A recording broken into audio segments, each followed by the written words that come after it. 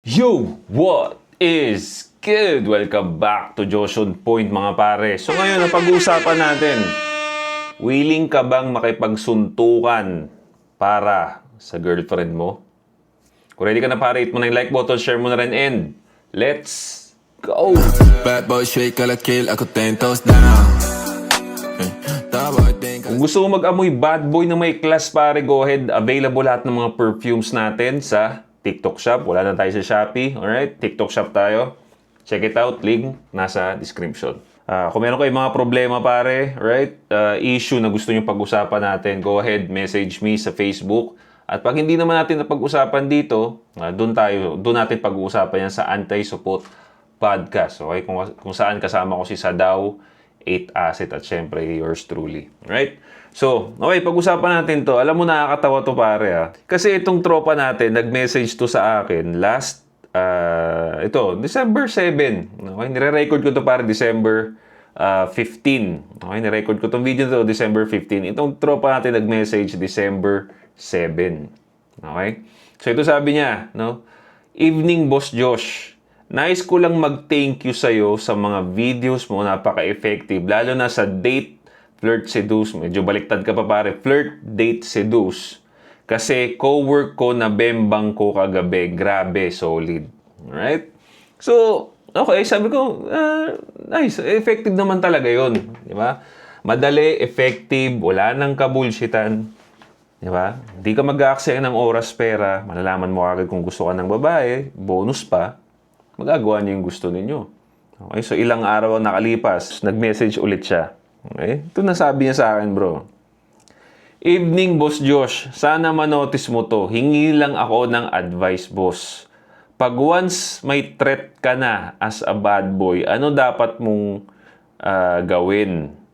Pag nasa ganitong sitwasyon ka, boss, sana magawa ng vid. So, sabi ko, anong threat? Kala ko na wrong message lang siya, wrong spelling. Kasi yung threat niya dito is pagbabanta. Yun ang spelling niya rito. Tinanong ko, what do you mean threat? Pagbabanta ba? Sabi niya, yes, boss. No? Sabi ko, anong pagbabanta? Sinabi niya rito, yung hihintayin daw niya ako sa labas ng office, tinatrabahuhan ko at di ko alam anong pwedeng gawin. Ex ng GF ko, boss. So, yun naman pala. Okay? So, pinagbabantaan daw siya ng ex-boyfriend ng girlfriend niya. So, ako naman, natawa ako kasi sabi ko, last week lang pare, nag-message ka na effective yung flirt, date, seduce. No? So, hindi kaya itong girlfriend mo na to, itong bago mong girlfriend na to, no? Nakuha mo, sinulot mo, pre. No? Hindi kaya? Kasi after mag-work ng flirt, date, seduce, na message mo, biglang pinagbabantaan ka na ng ex-boyfriend. So, malaki possibility sa akin dito pare, nasulot mo to. No? At, siyempre, sino ba namang hindi magagalit? No? Kaya ito ngayon, namang problema ka, pinagbabantaan siya. Nag-send siya sa akin itong message daw sa kanya nung lalaki. Bisaya kasi, pero ito, sinabi lang niya na hihintayin daw siya sa opisina, abangan daw siya. Ayan, no? Sirara Lunes ako kog hulaton sa ilamon. Hantod mo gawas ka. So, hindi ko maintindihan, pero in-explain niya, sabi niya, ano daw to, abangan daw siya sa labas. Punta tayo dun sa usapin na yun, pre. No? Ano ang gagawin mo, for example, napunta ka sa ganitong klaseng sitwasyon? No? Pinagbabantaan ka ng ex-boyfriend. Sabihin na natin na nauwi ka, na hindi mo alam, na hindi mo sinasadya sa isang crazy na boyfriend. No? Crazy na ex-boyfriend. Kung nice guy ka, malamang sa malamang, ang gagawin mo ipaglaban yung girlfriend mo. Diba? Yan ang unang-unang papasok sa isip ng iba. Lalo na yung mga nice guy. Hindi, paglalaban ko tong girlfriend ko. Diba? Paglalaban ko to. Mas nangingibabaw yung pagmamahal ko sa kanya kaysa sa takot ko sa'yo. Diba? Ganon. So, for sure yan, kailangan marunong ka makipagsuntukan. Paano pag hindi? Diba? Kaya nga isa sa mga reason kung bakit pinopromote natin yung combat sports, no? Is, siyempre, para ready ka sa mga ganitong klase ng senaryo. Kasi minsan, di talaga maiwasan, pare. No? Hindi talaga maiwasan. Yun yung pwedeng galaw ng isang nice guy. Di ba? Isa pa, isang galaw pa na pwede nating i-consider, no? Isang option na pwede nyong gawin is, para sa akin, is a civilized option. No? Ito yung galaw ng isang civilized na tao. Medyo nag-iisip din, smart move din to. No? Pag nakatanggap kayo ng ganitong klase ng pagbabanta, abangan daw kayo or what you need to do is ipa-blatter na. Okay? Since nag-message sa kanya, di ba? Nag-message sa iyo yung lalaki, pa-blatter mo. Diba? At iwasan na. Diba? Iwas ka dun sa main entrance ninyo. Huwag ka dun lalabas. Diba? Doon ka sa backdoor, para hindi ka maabangan. Diba? Na-experience ko na rin to. No? Yung ganitong pag-abang-abang nung mga panahon na sobrang supot ko pa.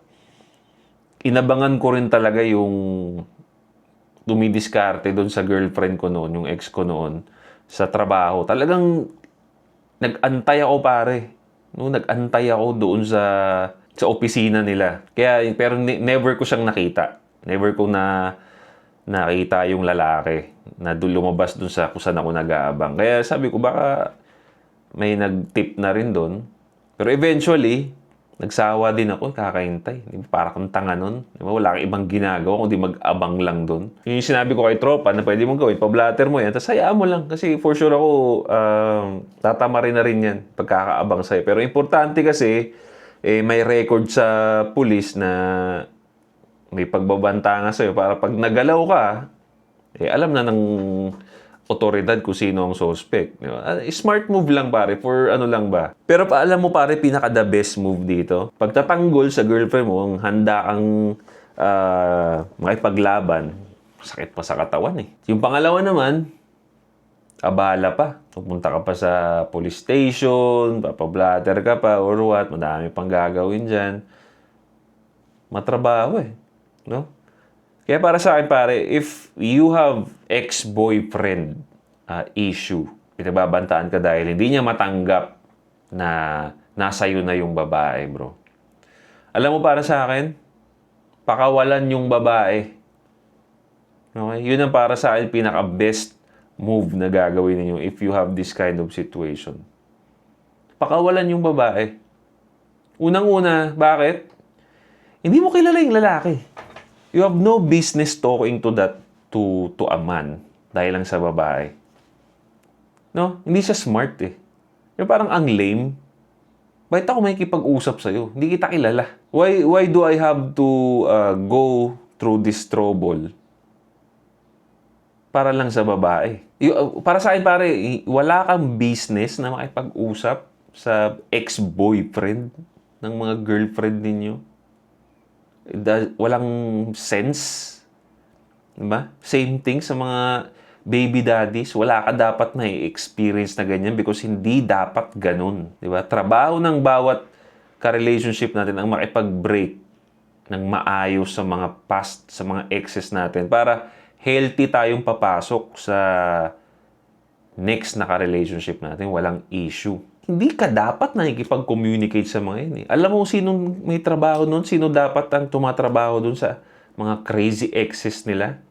Yung babae. Okay? Trabaho nila, no, na ayusin yung mga past relationship nila na hindi na ginugulo yung mga present nila. Okay? So, para sa akin nga, dapat hindi mo pinoproblema yan eh. Diba? Dapat yung babae ang namumroblema dyan. Okay? Isa yun sa mga responsibilidad nila. Problema kasi sa panahon ngayon, no, tinatanggalan natin ng responsibilidad yung mga babae, ng accountability. Okay? Ang nangyayari ngayon, madaming namamatay na lalaki dahil sa mga maling galaw ng babae. Diba? For example na lang sa mga clubs, diba? Mahilig mga babaeng ulupong, mga babaeng taklesa. Ang hilig makipag-away. Tapos sinong sumasalo nung away? Yung lalaki because trabaho mo nga naman pagtanggol siya, Oh. Tapos, sinong mamamatay, sinong mababaril? Yung lalaki. Because of stupidity lang. Di ba? Yun ang gusto kong iwasan natin dito, pre. Di ba? Bigyan nyo ng trabaho yung mga girlfriend ninyo pagdating sa mga past relationship na yan. Kausapin mo, teka, anong problema dito? Di ba? Akala ko okay kayo, bakit ginugulo ako niyan? Nanahimik ako nagtatrabaho dito. Ayusin mo yan. Ikaw ang kumausap dyan. Now, pag hindi kayang gawa ng paraan ng babae mo, na dapat trabaho niya yun, at ginugulo ka sa buhay mo, may threat pa, bigay mo na yan dun. Pakawalan mo na yung babae. Di ba? Replyan mo. Sabihin mo, pag hindi gumawa ng paraan yung babae, text mo na, replyan mo yung ex niya. Sabihin mo, pre, nakipag-iwalay na ako, sa'yo na yan. Nung sama kayo. Kasi ako nananahimik ako rito eh. Diba? So, that's it. Huwag mo na akong guluhin, pre. Kundi, ako ang susugod sa'yo. Diba? Ganun. Ang hirap kasi sa mga, minsan kailangan pre yung mga nagtitret-tret na kasi, nagbabanta na yun dahil lang sa babae. Wala kasing gumaganti dyan. Kailangan patikimin mo rin ang sarili nila, yung takutin mo rin eh. Di ba? Ganun ba pre? O sige, hintayin kita rito. Babariling kita. Ganun. Takutin nyo rin. Di ba? Huwag kayo matakot. Wala yan. Di ba? Kasi kung matalino yan, kung dangerous talaga yung tao na yan, di ba? Alam niya rin yung papasukin niya. Kasi buti na pakawalan mo na yung babae. Tanggalin nyo yung bunga ng problema, yung babae na yun.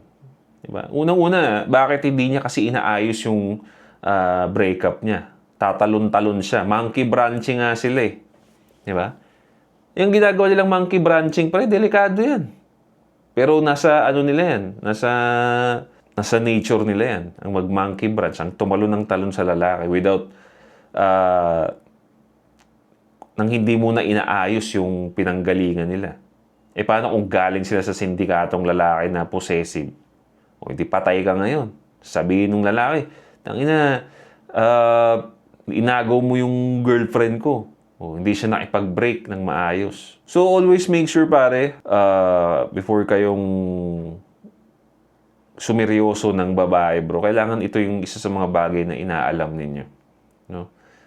Kaya nga, importante na malaman nyo yung body count eh. No, nakailang how many relationship are you in the past, ganyan. Okay naman ba yung breakup ninyo? Yung mga ganong klase, pahanginan nyo lang ng tanong.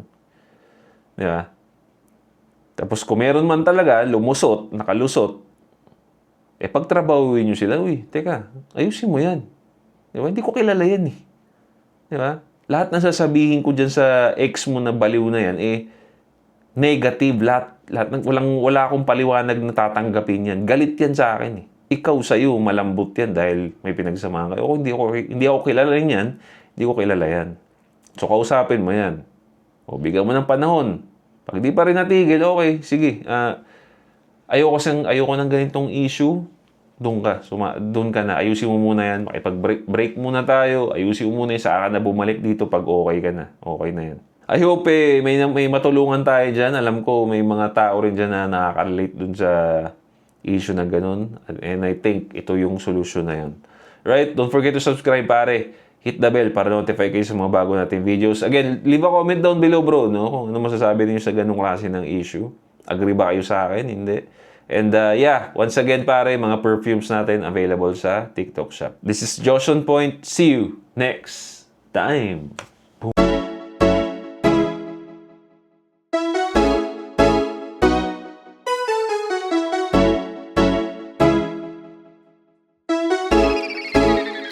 GFAB.